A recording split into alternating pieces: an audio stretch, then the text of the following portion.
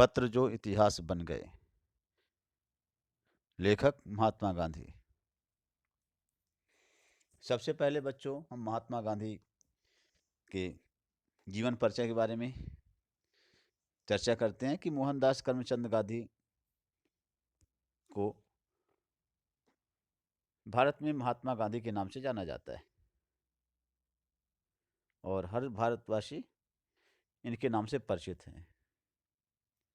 भारतीय इन्हें राष्ट्रपिता के रूप में जानते हैं। महात्मा गांधी 20वीं शताब्दी के युग पुरुष हैं। उनका जन्म 2 अक्टूबर 1869 में गुजरात के पोरबंदर में हुआ था। इनके पिता का नाम करमचंद गांधी था और माता का नाम पुतलीबाई था। इनकी मां बहुत धार्मिक प्रवृत्ति की थी और उसी का प्रभाव महात्मा गांधी पर पड़ा। इनकी प्रारंभिक शिक्षा भारत में हुई और इसके बाद बैरिस्ट्री प्राप्त करने के लिए ये इंग्लैंड चले गए। बैरिस्ट्री की परीक्षा पास करने के बाद ये भारत जब लौटे तो वकालत करने लगे। 13 वर्ष की आयु में इनका विवाह कस्तूरबा बाई के साथ में हुआ। पोरबंदर के धनी व्यवसायी दादा अब्दुल्ला शेख के कुछ मुकदमे दक्षिण अफ्रीका में चल रहे थे।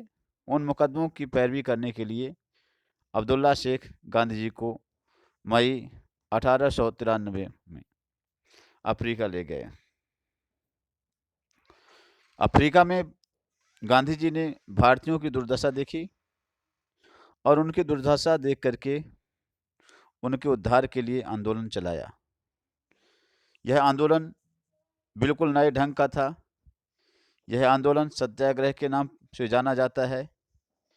इस आंदोलन के द्वारा उन्होंने भारतीयों के उद्धार करने के लिए में जो सफलता अर्जित की। अफ्रीका से भारतीयों को सत्याग्रह का मंत्र देकर वे भारत लौट आए। यहाँ आकर उन्होंने संपूर्ण भारत का भ्रमण किया और स्वतंत्रता प्राप्ति के लिए चल रहे आंदोलन की बागडोर संभाली। सत्याग्रह आंदोलन, असहयोग आंदोलन तथा भारत छोड़ो आंदोलन आदि चला करके अंग्रेजों को भारत छोड़ने के लिए विवश किया। इस तरह 15 अगस्त 1947 को भारत आज़ाद हो गया। महात्मा गांधी की मातृभाषा गुजराती थी, लेकिन उन्होंने अपने दूरदृष्टि से हिंदी को राष्ट्रभाषा का दर्जा दिया और उन्होंने हिंदी के महत्व को समझते हुए अपने अधिकांश भाषण हिंदी में दिए।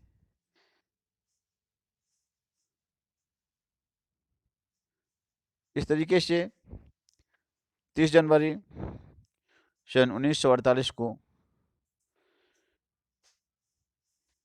एक धर्मांध व्यक्ति ने, नाथूराम गोडसे ने, इन्हें गोली मार करके और इनकी हत्या कर दी थी।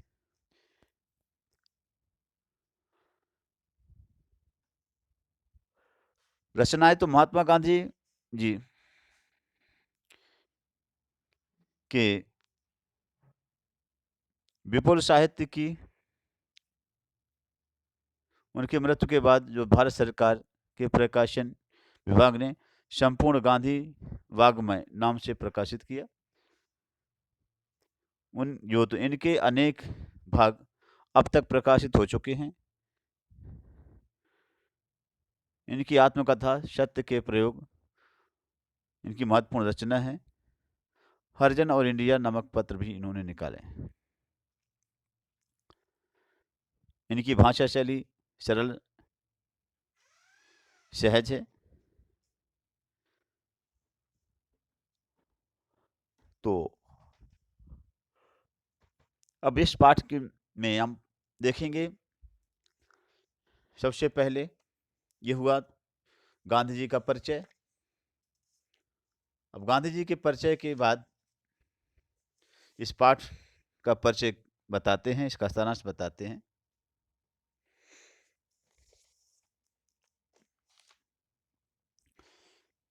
तो सबसे पहले इस पाठ का केंद्रीय भाव देखिए।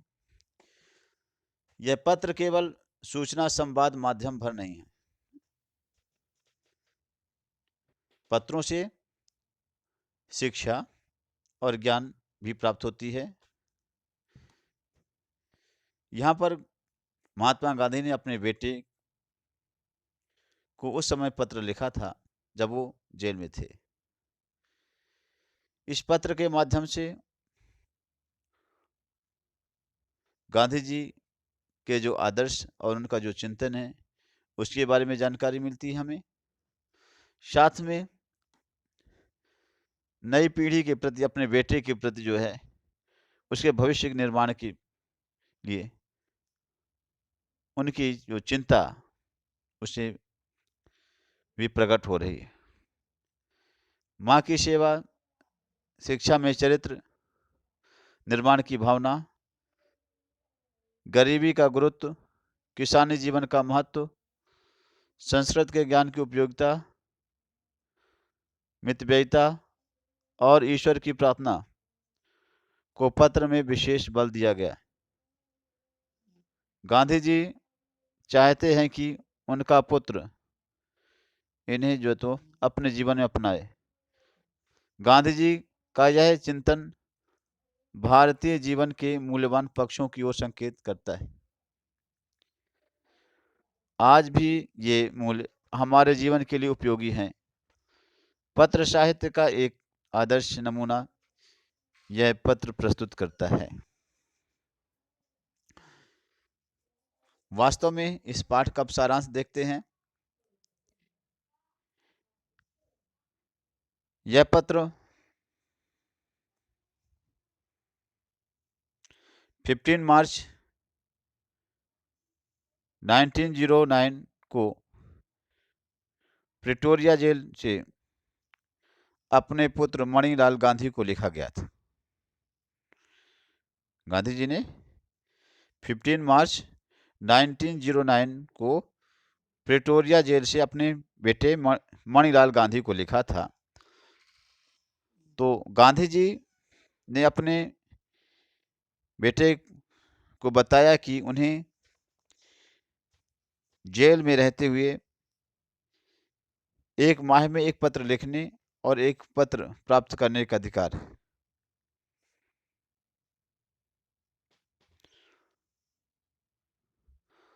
ठीक है, उन्होंने पुत्र को पत्र लिखने का कारण स्पष्ट करते हुए बताया कि जब वो पढ़ने बैठते हैं उस समय उन्हें अपने बेटे की याद आती है। उन्होंने अपने बेटे से कहा कि बेटा, मेरे बारे में चिंता मत करना, मैं पूरी तरह से शांति में हूँ। इसके बाद वो अपनी धर्मपत्नी कस्तूरबा बाई के बारे में, उसके स्वास्थ्य के बारे में पूछते हैं। हालांकि वो इस बात को स्पष्ट कर देते हैं कि उन्हें जेल के डिप्टी कमिश्नर जो गवर्नर हैं उनकी उदारता से इस बात का तो पता चल गया है कि उनकी धर्मपत्नी जो है उसकी तबीयत ठीक है।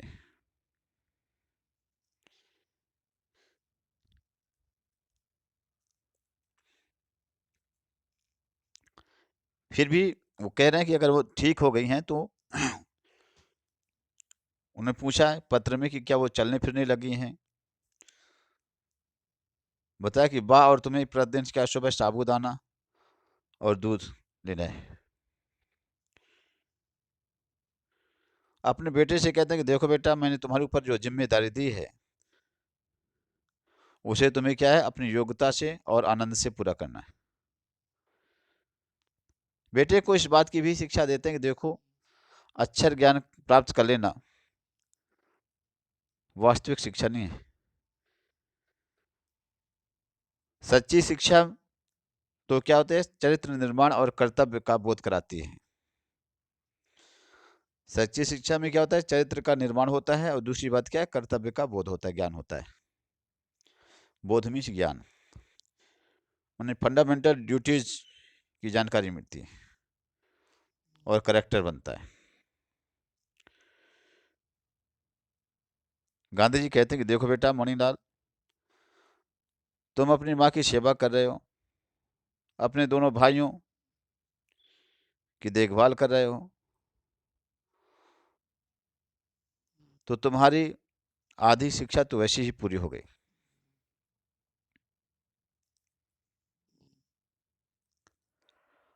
आगे वो कहते हैं कि देखो तुम्हें इस बात का ध्यान रखना है कि हमें गरीबी में रहना है, क्योंकि गरीबी में सुख है, अमीरी में सुख नहीं है। अपने बेटे से कहते हैं कि देखो बेटा किसान, मैं तुम्हें एक अच्छा किसान बनाना चाहता हूँ, और खेती किसानी के सभी औजार तुम क्या करना,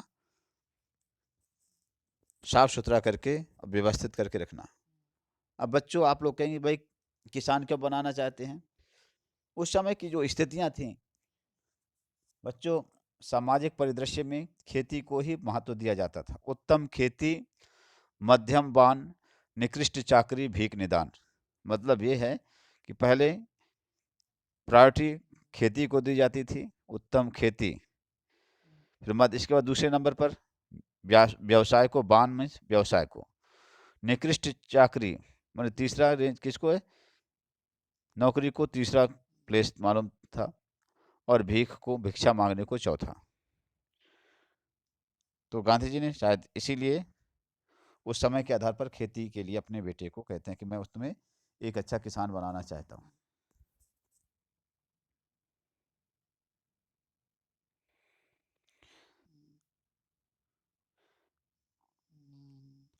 देखिए दूसरी बात क्या वो कहते हैं कि देखो बेटा तुम्हें गणित और संस्कृत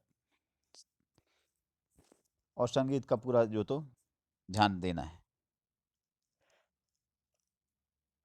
उन्होंने बताया कि गणित और संस्कृत दो ऐसे विषय हैं जिसे अगर बचपन में पढ़ लिया तो पढ़ लिया, बाद में क्या है, इनको सीखने में बड़ी कठिनाई आती है।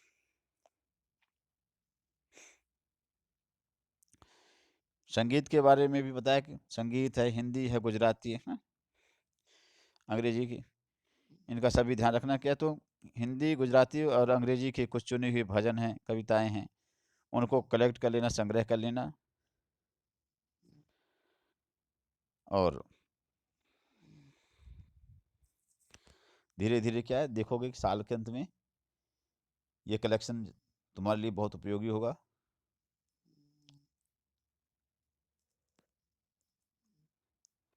अपने बेटे को रेगुलर जो भी जितना वो खर्च कर रहे हैं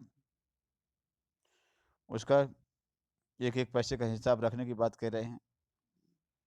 और साथ में बताया कि अर्ली मॉर्निंग उठ करके पूजा प्रार्थना करना, ठीक है। उनका मानना है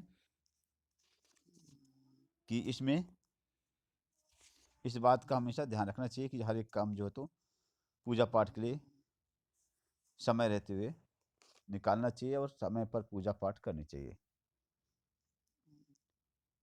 इस तरीके से उनका मानना है कि सूर्योदय के पहले उठ करके प्रार्थना करना बहुत अच्छा होता है, और प्रयास करके एक निश्चित समय पर पूजा करनी चाहिए। इससे क्या है, व्यक्ति नियमित हो जाता है, रेगुलरिटी और पंचुअलिटी आ जाती है, जो कि जीवन में सफलता के लिए बहुत जरूरी है।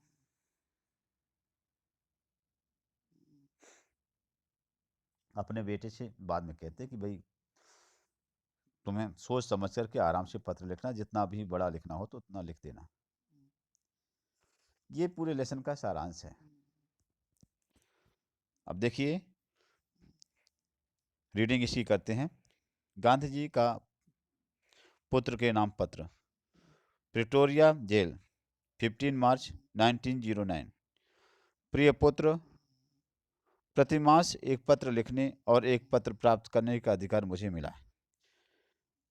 अब मैं पत्र लिखूं किसे? मिस्टर रीच, मिस्टर पोलक, और तुम्हारा ख्याल मुझे बारी बारी से आया, लेकिन मैंने तुम्हें लिखना पसंद किया क्योंकि पढ़ने के समय तुम्हारा ही ध्यान मुझे बराबर रहता था।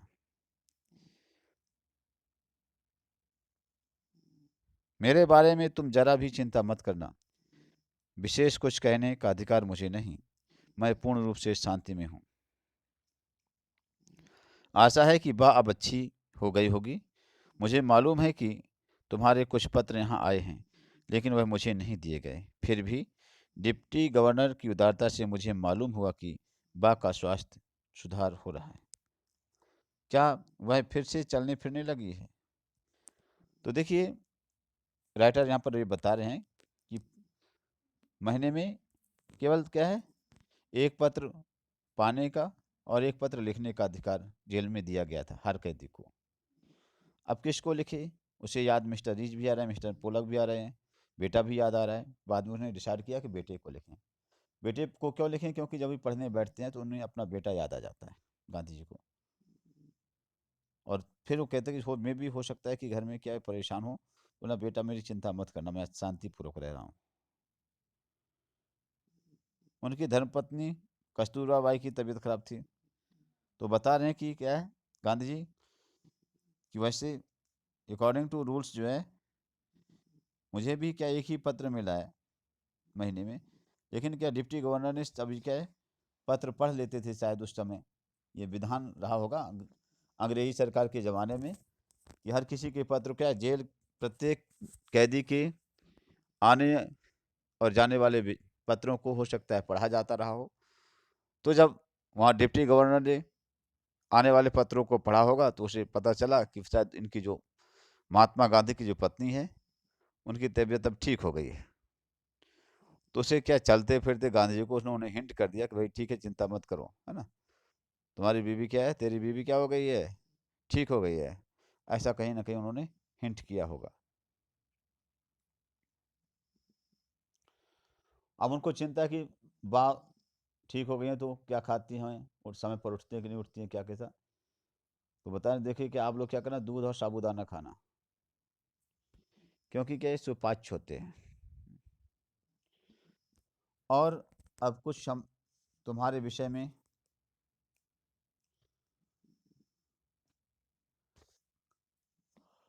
कहना चाहूँगा। तुम कैसे हो? तुम पर जो जवाबदारी मैंने डाली है, तुम उसके सर्वथा योग्य हो और आनंद से उसे निभा रहे होगे, ऐसी मुझे आशा है। राइटर गांधी जी यहाँ पर कहते हैं कि तुम कैसे हो, जो मैंने तुम्हें रिस्पॉन्सिबिलिटी दी है उसको क्या है, ईमानदारी से ऑनेस्टली जो तो क्या कर रहे होंगे, कंप्लीट कर रहे हो, फुलफिल कर रहे होंगे, है ना, उसमें बिल्कुल खुशी के साथ में उसको निभा रहे होगे, ऐसा मैं मानता हूँ। मैं जानता हूँ कि तुम्हें अपनी शिक्षा के प्रति असंतोष है। जेल में मैंने यहाँ खूब पढ़ा है, इससे मैं समझता हूँ कि केवल अक्षर ज्ञान ही शिक्षा नहीं है। सच्ची शिक्षा तो चरित्र निर्माण और कर्तव्य का बोध है। गांधी जी का मानना था, ठीक है मैंने खूब पढ़ा और लड़ा, लेकिन क्या मैंने क्या है जेल में क्या है इस बात को मैंने समझा कि सच्ची शिक्षा क्या है, चरित्र निर्माण और कर्तव्य का बोध। यदि यह दृष्टिकोण सही है तो मेरे विचार में से तो वह बिल्कुल ठीक है कि तुम सच्ची शिक्षा प्राप्त कर रहे हो। अपनी माँ की सेवा का जो अवसर तुम्हें मिला है और उसकी बीमारी के दुख को जो तुम सहन कर रहे हो, इससे अच्छा और क्या हो सकता है। रामदास और देवदास को भी तुम संभाल रहे हो। यदि यह काम तुम अच्छी तरह और आनंद से करते हो तो तुम्हारी आधी शिक्षा तो इसी के द्वारा पूरी हो जाती है। तो राइटर ने यहाँ पर ये बताया कि शिक्षा क्या है। और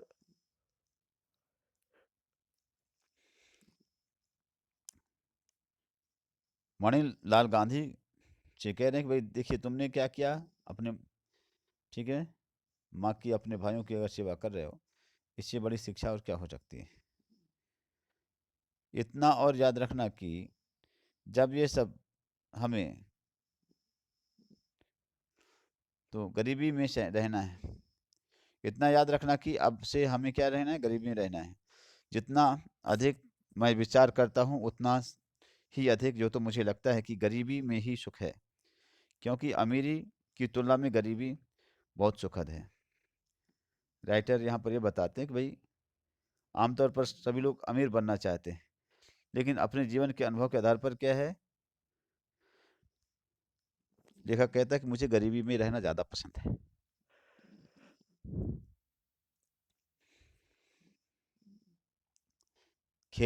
खेत में घास और गड्ढे खोदने में पूरा समय देना, ठीक है। भविष्य में हमें अपना जीवन निर्वाह इसी से करना है। मेरी इच्छा है कि अपने परिवार में तुम एक योग्य किसान बनो। अपने सभी औजारों को सदा साफ और सुव्यवस्थित रखना। आगे गांधी जी कहते हैं कि देखो, अक्षर ज्ञान में गणित और संस्कृत में पूरा ध्यान देना। भविष्य में संस्कृत तुम्हारे लिए बहुत उपयोगी सिद्ध होगी। ये दोनों विषय बड़ी उम्र में सीखना कठिन होता है। कौन कौन से? गणित और संस्कृत। संगीत में भी बराबर रुचि रखना। हिंदी, गुजराती और अंग्रेजी के चुने हुए भजनों और कविताओं का एक संग्रह तुम्हें फिर तैयार करना है। वर्ष के अंत में तुम्हें अपना यह संग्रह बहुत मूल्यवान प्रतीत होगा। काम की अधिकता से मनुष्य को घबराना नहीं चाहिए और ना ही यह सोचना चाहिए कि वह कैसे होगा, पहले क्या करूं। शांत चित्त में से विचारपूर्वक तुमने यदि सभी सद्गुणों को प्राप्त करने की चेष्टा की है तो तुम्हारे लिए ये क्या है, बहुत उपयोगी होगा और मूल्यवान होगा और प्रामाणिक होगा। तुझसे तुमसे मुझे यह भी आशा है कि घर खर्च के लिए जो भी तुम खर्च करते हो उसका जो तो उस पैसे का हिसाब करते रहो, रखे रहना, ठीक है। मुझे यह भी आशा है कि तुम रोज शाम को नियम पूर्वक प्रार्थना करते होगे और रविवार को व्यस्त के यहाँ भी प्रार्थना में जाते होगे। सूर्योदय से पहले उठकर प्रार्थना करना बहुत ही अच्छा है। गांधी जी कहते हैं देखो, सूर्योदय के पहले प्रार्थना करना अर्ली मॉर्निंग उठ करके, और क्या है, बहुत अच्छी चीज़ है। प्रार्थना को प्रयत्नपूर्वक करना चाहिए, समय पर करना चाहिए।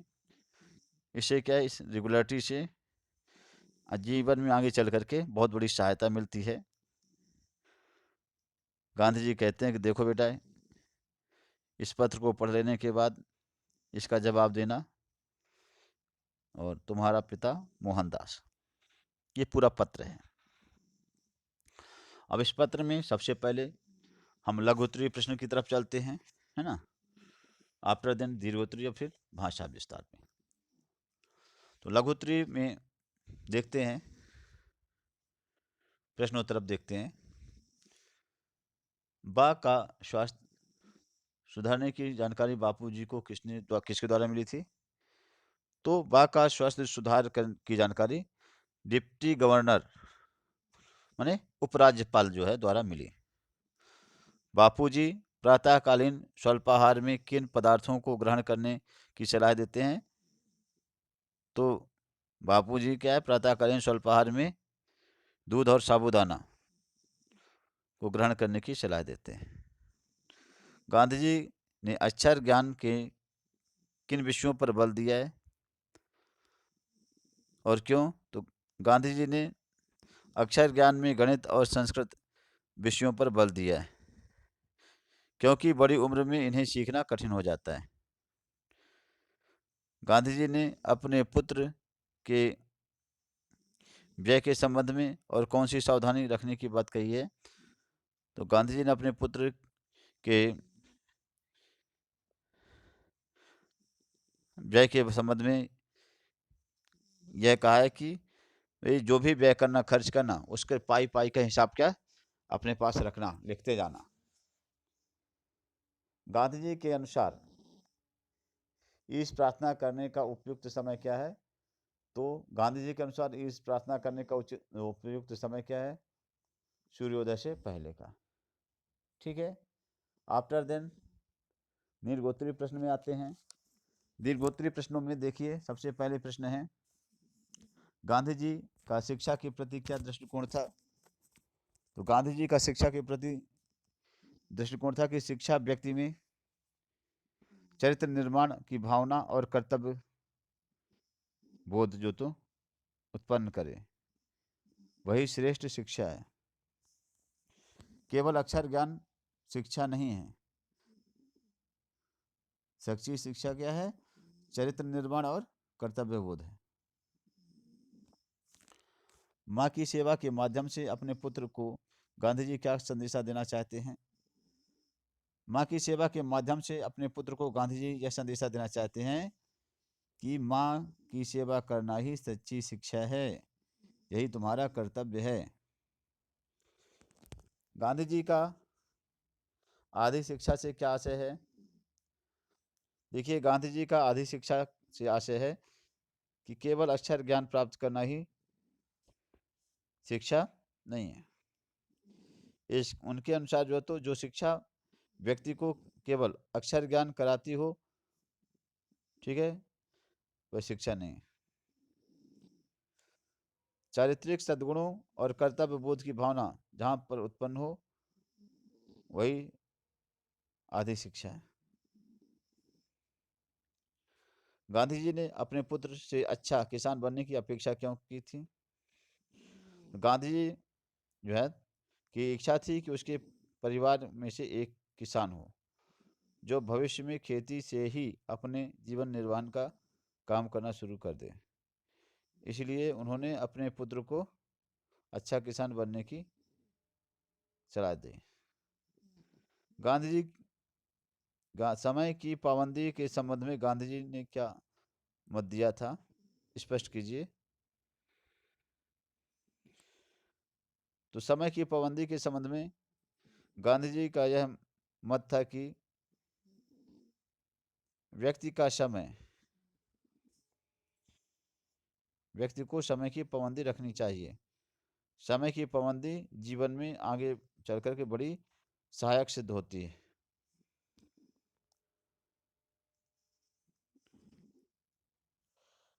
इसके बाद समास विग्रह करना है।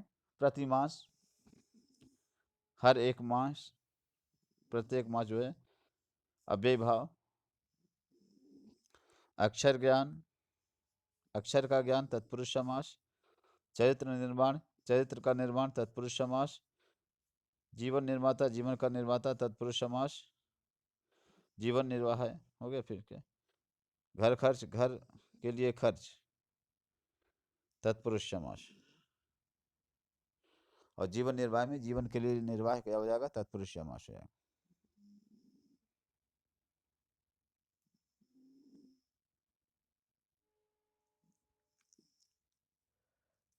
आगे है, क्या सूर्योदय में संध्या और समास दोनों है? हाँ, बिल्कुल सही बात है।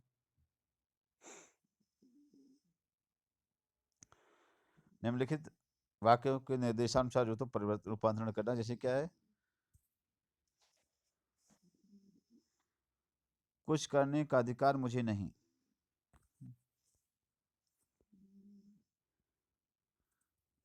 इसी को क्या, मुझे कुछ करने का अधिकार क्यों नहीं है?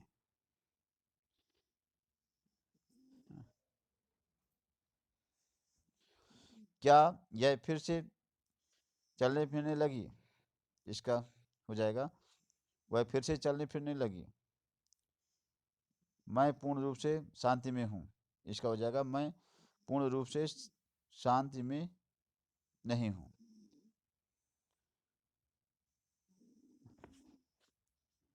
तो पहला प्रश्न जो था उसे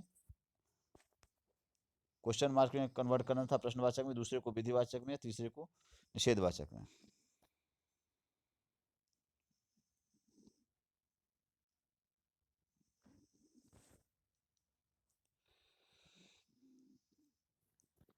ठीक है बच्चों, इसके बाद निम्नलिखित वाक्यों के प्रकार बताइए। जैसे पहला जो है वाक्य है कि मैंने तुम्हें लिखना पसंद किया क्योंकि पढ़ने के समय तुम्हारा ही ध्यान मुझे बराबर आता था। ये क्या है? संयुक्त वाक्य। संयुक्त वाक्य है। ठीक है, अगला है, मुझे मालूम है कि तुम्हारे कुछ पत्र यहाँ आए हैं। मिश्र वाक्य है। और इसके बाद है, गरीबी में ही सुख है, ये सरल वाक्य हो जाएगा। बच्चों, इस तरीके से ये चैप्टर पूरा होता है। इसके क्वेश्चन आंसर लिख करके और भेजें, साथ में इसे लर्न करें। Thanks students.